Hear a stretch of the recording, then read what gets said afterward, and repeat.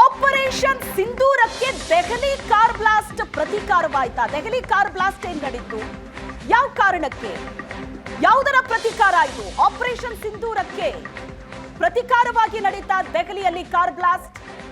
ಪಹಲ್ಗಾಮ್ ದಾಳಿಗೆ ಪ್ರತೀಕಾರವಾಗಿ ಆಪರೇಷನ್ ಸಿಂಧೂರ್ ನಡೆಸಿತು ಭಾರತ. 26 ಪ್ರವಾಸಿಗರನ್ನ ಹತ್ಯೆ ಮಾಡಿದ್ದ ಲಷ್ಕರ್ ಸಂಘಟನೆಯ ಉಗ್ರರು ಪಹಲ್ಗಾಮ್ನಲ್ಲಿ ಪ್ರವಾಸಿಗರ ಧರ್ಮವನ್ನ ಕೇಳಿ ಕೇಳಿ ಅವರನ್ನ ಶೂಟ್ ಮಾಡಲಾಗಿತ್ತು. ಪಹಲ್ಗಾಮ್ ದಾಳಿಯ ನಂತರ ಎರಡನೇ ಅತಿ ದೊಡ್ಡ ದಾಳಿ ಇದು.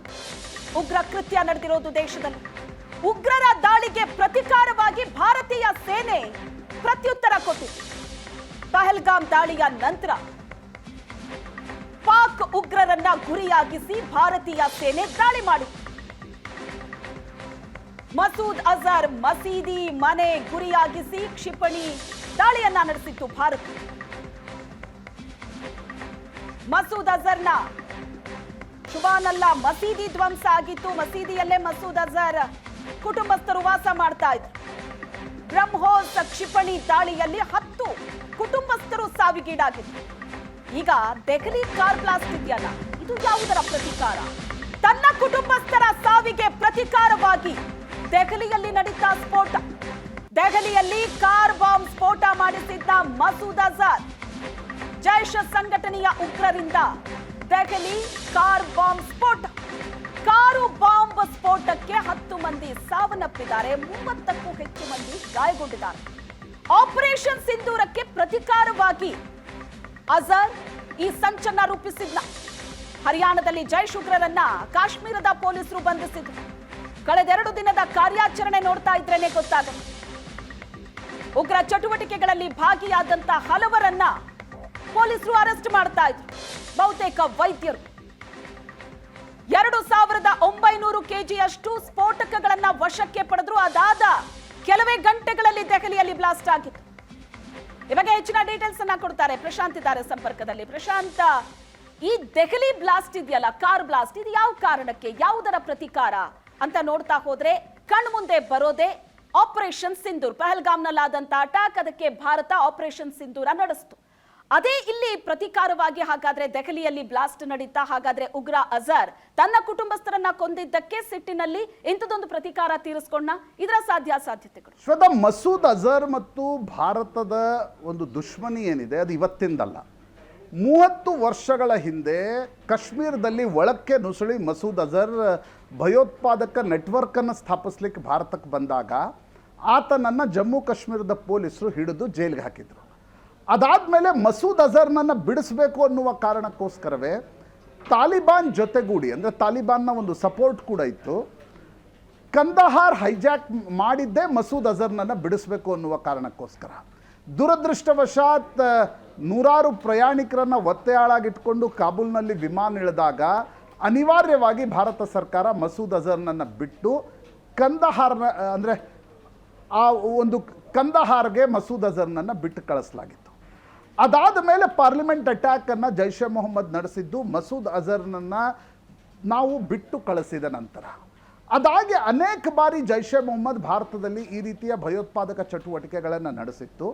ಯಾವಾಗ ಪಹಲ್ಗಾಮ್ ಅಟ್ಯಾಕ್ ಆಯಿತು, ಪಹಲ್ಗಾಮ್ ಅಟ್ಯಾಕ್ನ ನಂತರ ಆಪರೇಷನ್ ಸಿಂಧೂರ್ನ ಮೊದಲ ಒಂದು ಹಂತದಲ್ಲೇ ಬಹವಲ್ಪುರ್ ಸೇರಿದಂತೆ ಎಲ್ಲೆಲ್ಲಿ ಟೆರರ್ ಮಾಡ್ಯೂಲ್ಸ್ಗಳಿವೆ, ಪರ್ಮನೆಂಟ್ ಸ್ಟ್ರಕ್ಚರ್ಸ್ಗಳಿವೆ. ಯಾಕಂದರೆ ಸರ್ಜಿಕಲ್ ಸ್ಟ್ರೈಕ್ ನಾವು ಮಾಡಿದಾಗ launch ಪ್ಯಾಡನ್ನು ನಾಶಗೊಳಿಸಿದ್ವಿ.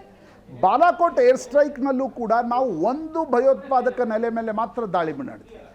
Operation ಸಿಂಧೂರ್ನಲ್ಲಿ Lashkar A Toiba, Hizbul Mujahideen, Jaish Mohammed ಈ 3 ಸಂಘಟನೆಗಳ ಪರ್ಮನೆಂಟ್ ಸ್ಟ್ರಕ್ಚರ್ಗಳಿವೆ. ಅಂದರೆ ರ್ಯಾಡಿಕಲೈಸ್ ಮಾಡ್ತಕ್ಕಂಥ ಮಸೀದೆ, ಅದರ ತರಬೇತಿ ಕೇಂದ್ರ, ಈ ರೀತಿ ಪ್ಲ್ಯಾನ್ ಮಾಡಿ ಭಾರತ ಅದನ್ನು ಹೊಡೆದುರುಳಿಸಿತ್ತು. ಅಲ್ಲಿ 10 ಜನ ಮಸೂದ್ ಅಜರ್ನ ಕುಟುಂಬಸ್ಥರನ್ನು ಕೂಡ ಹೊಡೆದುರುಳಿಸಲಾಗಿತ್ತು. ಆ ಕಾರಣದಿಂದ ಪ್ರತೀಕಾರದ ಭಾಗವಾಗಿ ಈ ಚಟುವಟಿಕೆಗಳನ್ನು ಜೈಷೆ ಮೊಹಮ್ಮದ್ ನಡೆಸ್ತಾ ಇತ್ತು ಅಂತಕ್ಕಂಥದ್ದು ಸ್ಪಷ್ಟವಾಗಿ ಕಾಣುತ್ತೆ. ಯಾಕಂದರೆ ಮಸೂದ್ ಅಜರ್ ಯೂಸುಫ್ ಅಜರ್ನ ಅಂತ್ಯಕ್ರಿಯೆಯಲ್ಲಿ ಭಾಗವಹಿಸಲಿಕ್ಕೆ ಬಂದಾಗ ಪಾಕಿಸ್ತಾನದ ಸೇನೆಯ ಹಿರಿಯ ಅಧಿಕಾರಿಗಳು ಕೂಡ ಬಂದು ಆ ಅಂತ್ಯಕ್ರಿಯೆಯಲ್ಲಿ ಭಾಗವಹಿಸಿದ್ರು. ಅದು ಅಂತಾರಾಷ್ಟ್ರೀಯ ಮಟ್ಟದಲ್ಲೂ ಕೂಡ ಸುದ್ದಿಯಾಗಿತ್ತು. ಪಾಕಿಸ್ತಾನದ ಸೇನೆಗೆ ಒಂದು ರೀತಿ ಅಮೆರಿಕದ ಟ್ಯಾಕ್ಟಿಕಲ್ ಬೆಂಬಲ ಬದಲಾದ ಪರಿಸ್ಥಿತಿಯಲ್ಲಿ ಕಳೆದ 6 ತಿಂಗಳಿಂದ ದೊರಕ್ತಾ ಇರುವ ಸಂದರ್ಭದಲ್ಲಿ ಜೈಷೆ ಮೊಹಮ್ಮದ್ ಏಕಾಏಕಿ ಕಾಶ್ಮೀರದಲ್ಲಿ ಆಕ್ಟಿವ್ ಆಗುತ್ತೆ. ಆಕ್ಟಿವ್ ಆದಾಗ ಗೋಡೆ ಬರಹಗಳು ಶುರು ಆಗ್ತವೆ. ಅನಂತ್ನಾಗ್, ಪುಲ್ವಾಮಾ ಭಾಗದಲ್ಲಿ ಜೈಷೆ ಮೊಹಮ್ಮದ್ನ ಗೋಡೆ ಬರಹಗಳು ಶುರು ಆದಾಗ ಒಂದು ಸಸ್ಪಿಷನ್ ನಿಶ್ಚಿತವಾಗಿ ಜಮ್ಮು ಕಾಶ್ಮೀರದ ಪೊಲೀಸರಿಗೆ ಮತ್ತು ಭದ್ರತಾ ಏಜೆನ್ಸಿಗಳಿಗೆ ಶುರು ಆದಾಗ ಹುಡುಕಾಟ ಶುರು ಆಗುತ್ತೆ. ಈ ಏಕಾಏಕಿ ರೀಅಪಿಯರೆನ್ಸಿಗೆ ಕಾರಣ ಏನು? ಆಗ ಜಮ್ಮು ಕಾಶ್ಮೀರದ ಪೊಲೀಸರಿಗೆ ಸ್ಪೆಸಿಫಿಕ್ ಇಂಟೆಲಿಜೆನ್ಸ್ ಇನ್ಪುಟ್ ದೊರಕಿರ್ತಕ್ಕಂಥದ್ದು ದೊಡ್ಡ ಪ್ರಮಾಣದಲ್ಲಿ ಸ್ಫೋಟಕಗಳು ಸಂಗ್ರಹ ಆಗ್ತಾ ಇವೆ. ದಿಲ್ಲಿ ಹತ್ತಿರದ ಪ್ರದೇಶದಲ್ಲಿ ಸಂಗ್ರಹ ಆಗ್ತಾ ಇದೆ ಅಂತಂದರೆ ರಾಜಧಾನಿ ದಿಲ್ಲಿಯನ್ನು ಟಾರ್ಗೆಟ್ ಮಾಡ್ತಕ್ಕಂಥ ಪ್ರಯತ್ನ ನಡೀತಾ ಇತ್ತಾ ಅಂತಕ್ಕಂಥದ್ದು ಆ ರೀತಿಯ ಒಂದು ಸಸ್ಪಿಷನ್ ಬರೋದು ಸಹಜ. ಅದಾದ್ಮೇಲೆ ಗುಜರಾತ್ ಪೊಲೀಸರಿಗೂ ಕೂಡ ಒಂದು ಸ್ಪೆಸಿಫಿಕ್ ಇನ್ಪುಟ್ ದೊರಕುತ್ತೆ. ಉತ್ತರ ಪ್ರದೇಶದ ಸಹರನ್ಪುರದಲ್ಲಿ ಒಬ್ಬ ವೈದ್ಯನನ್ನು ಕೂಡ ಬಂಧಿಸಲಾಗುತ್ತೆ. ಆತನ ಬಳಿ ಜೈಷೆ ಮೊಹಮ್ಮದ್ನ ಪ್ಯಾಂಪ್ಲೆಟ್ಗಳು ದೊರಕ್ತವೆ. ಅದಾದ ಮೇಲೆ ನಿನ್ನೆ ಬೆಳಿಗ್ಗೆ 2900 kg, it's not a small amount. 2900 kg ಅಂದರೆ ನೀವು ಒಂದು ದೊಡ್ಡ ಬ್ಲಾಸ್ಟನ್ನು ಯಾವುದೇ ರಾಜಧಾನಿಯಲ್ಲಿ ನಡೆಸಬಹುದು. ಪ್ರಶಾಂತ್, ಕಳೆದ 2 ದಿನಗಳಿಂದ ನಡೀತಾ ಇರೋ ಈ ಬೆಳವಣಿಗೆ, ಒಂದಷ್ಟು ಉಗ್ರ ಕೃತ್ಯದಲ್ಲಿ ಭಾಗಿಯಾದವರನ್ನ ಅರೆಸ್ಟ್ ಮಾಡಿದ್ದು, ಸಾವಿರಾರು ಕೆಜಿ, ಈ 2900 kg ಸ್ಫೋಟಕಗಳನ್ನ ವಶಕ್ಕೆ ಪಡೆದಿದ್ದು, ಪೊಲೀಸರು ಉಗ್ರ ಚಟುವಟಿಕೆಯಲ್ಲಿ ಭಾಗಿಯಾದವರ ಹೆಡೆಮುರಿ ಕಟ್ಟೋದಕ್ಕೆ ಯಾವ ರೀತಿ ಕಾರ್ಯಾಚರಣೆ ನಡೆಸಿದ್ರು ಅನ್ನೋದನ್ನು ನಾವು ನೋಡಿದ್ದೀವಿ. ಸೊ ಈ ಎಲ್ಲ ಬೆಳವಣಿಗೆಗಳ ಬೆನ್ನಲ್ಲೇ ಕೆಲವೇ ಗಂಟೆಗಳಲ್ಲಿ ಆದಂತಹ ಈ ಬ್ಲಾಸ್ಟ್, ಹಾಗಾದ್ರೆ ಇದು ಇದಕ್ಕೆ ರಿಲೇಟ್ ಮಾಡುತ್ತೆ.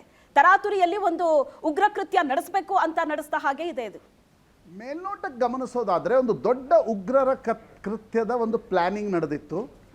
ಸಸ್ಪಿಷನ್ನ ಆಧಾರದ ಮೇಲೆ ಪೊಲೀಸರು ಡಾಟ್ಗಳನ್ನು ಕನೆಕ್ಟ್ ಮಾಡಿ ಜಮ್ಮು ಕಾಶ್ಮೀರದ ಪೊಲೀಸರು, ಗುಜರಾತ್ ಪೊಲೀಸರು ಫರೀದಾಬಾದ್ವರೆಗೆ ಬಂದಾಗ ಏಕಾಏಕಿ ಫರೀದಾಬಾದ್ನಲ್ಲಿ ಸ್ಫೋಟಕಗಳು ಸಿಗ್ತವೆ. ಗುಜರಾತ್ ಪೊಲೀಸರಿಗೆ ಅಲ್ಲಿನ ATSಗೆ ಇಬ್ಬರು ಉಗ್ರರು ಅವರನ್ನು ಹೆಡೆಮುರಿ ಕಟ್ಟಲಾಗತ್ತೆ. ಉತ್ತರ ಪ್ರದೇಶದ ಸಹರನ್ಪುರದಲ್ಲಿ ಒಂದು ಸ್ಲೀಪರ್ ಸೆಲ್ಲನ್ನು ಬಸ್ಟ್ ಮಾಡಿದಾಗ ಏಕಾಏಕಿ ಬೇರೆ ಬೇರೆ ರಾಜ್ಯಗಳ ಪೊಲೀಸರ ಕೋಆರ್ಡಿನೇಟೆಡ್ ಎಫರ್ಟ್ನ ಕಾರಣದಿಂದಾಗಿ ಜೈಷೆ ಮೊಹಮ್ಮದ್ನ ಸ್ಲೀಪರ್ ಸೆಲ್ಸ್ಗಳನ್ನು ಹಿಡಿದಾಗ ನಿನ್ನೆಯ ಬ್ಲಾಸ್ಟ್ ಮೇಲ್ನೋಟಕ್ಕೆ ಅದೊಂದು ತರಾತುರಿಯಲ್ಲಿ ನಾವೇನಾದರೂ ಮಾಡಲೇಬೇಕು ಅನ್ನುವ ಕಾರಣಕ್ಕೋಸ್ಕರ ನಡೆದಿರ್ತಕ್ಕಂಥ ಸ್ಫೋಟದ ಘಟನೆಯ. ಯಾಕಂದರೆ ಉಮರ್ ಏನಿದ್ದ ಆತ ಈ ರೀತಿಯ ವೈಟ್ ಕಾಲರ್ ಯುವಕರನ್ನು ರ್ಯಾಡಿಕಲೈಸ್ ಮಾಡಿ ಭಯೋತ್ಪಾದಕ ಚಟುವಟಿಕೆಗಳಿಗೆ ಒಂದು ಬ್ಯಾಕ್ ಸಪೋರ್ಟ್ನ ರೀತಿಯಲ್ಲಿ ನಿಲ್ಲಿಸಬೇಕು ಅನ್ನುವ ಕಾರಣಕ್ಕೋಸ್ಕರ ಆ ಸಂಘಟನೆಯ ಸದಸ್ಯನಾಗಿದ್ದ. ಜೊತೆಗೆ ರೈಸಿನ್ ಅಂತಕ್ಕಂಥ ಬಯೋವೆಪನ್ ತಯಾರು ಮಾಡ್ತಕ್ಕಂಥ ರಾ ಮೆಟೀರಿಯಲ್ ಕೂಡ ದೊರಕಿವೆ. ಅದರ ಅರ್ಥ ಜೈಷೆ ಮೊಹಮ್ಮದ್ ಏನೋ ದೊಡ್ಡದು ಮಾಡಬೇಕು ಅಂತಕ್ಕಂಥ ಪ್ರಯತ್ನದಲ್ಲಿತ್ತು. ಯಾವಾಗ ಏಜೆನ್ಸಿಗಳು ಅದನ್ನು ಬರ್ಸ್ಟ್ ಮಾಡಿದ್ವು, ನಿನ್ನೆಯ ಸಂಜೆಯ ಘಟನೆ ಏನಿತ್ತು ಅದು ತರಾತುರಿಯಲ್ಲಿ ನೀಜರ್ಕ್ನಲ್ಲಿ ನಾವೇನಾದರೂ ಮಾಡಬೇಕು ಅನ್ನುವ ಕಾರಣಕ್ಕೋಸ್ಕರ ನಡೆದಿರ್ತಕ್ಕಂಥ ಸ್ಫೋಟದ ರೀತಿಯಲ್ಲಿ ಕಾಣ್ತಾ ಇದೆ. Shweta. Yes, thank you Prashant, ನಿಮ್ಮೆಲ್ಲ ಡೀಟೇಲ್ಸ್ಗೆ.